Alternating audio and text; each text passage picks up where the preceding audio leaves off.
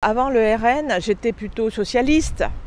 Je dis plutôt, je me rappelle à une époque, on a voté, je vais remonter loin, Mitterrand. Ici, nous sommes dans la 6e circonscription des Bouches-du-Rhône, où le candidat RN Olivier Fessat est arrivé en tête avec 38% des voix, soit 13 points d'avance sur Lionel Royer-Perrot, le député Renaissance sortant. Dans cette circonscription qui pourrait basculer, Christine Just, candidate du Nouveau Front Populaire, est arrivée seconde à 10 points d'Olivier Fessat. Nous sommes partis à la rencontre des nouveaux électeurs du Rassemblement national. Parce qu'on n'a jamais essayé le Front National. Pourquoi on n'essaierait pas pour une fois? Ça coûte rien. Les gens, ils ont peur. C'est idiot. Mais le Front National, il faut essayer. Si on ne l'a pas essayé, on ne peut pas savoir. Je votais différemment il y a quelques années en arrière. J'étais toujours contre les extrêmes. L'insécurité qui monte. Nous sommes dans un quartier, nous sommes dans le 9e, qui est réputé pour être un quartier calme. Mais on appelle les forces de l'ordre. Ils ne peuvent malheureusement pas réagir.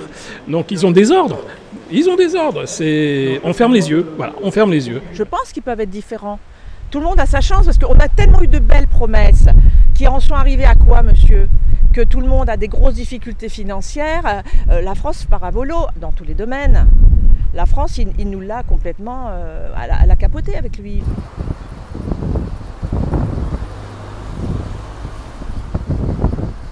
La première chose, c'est que Emmanuel Macron, la marque Macron, a beaucoup perdu de son attractivité et les précédentes législatives, elles s'étaient faites après la présidentielle.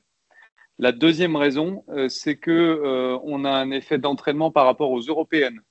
Ça, c'est l'erreur tactique numéro 1 d'Emmanuel Macron, c'est d'avoir provoqué une dissolution législative juste après, l'élection européenne qui a été un succès historique du RN. Il y a une perte de conscience historique de ce qu'est l'extrême droite.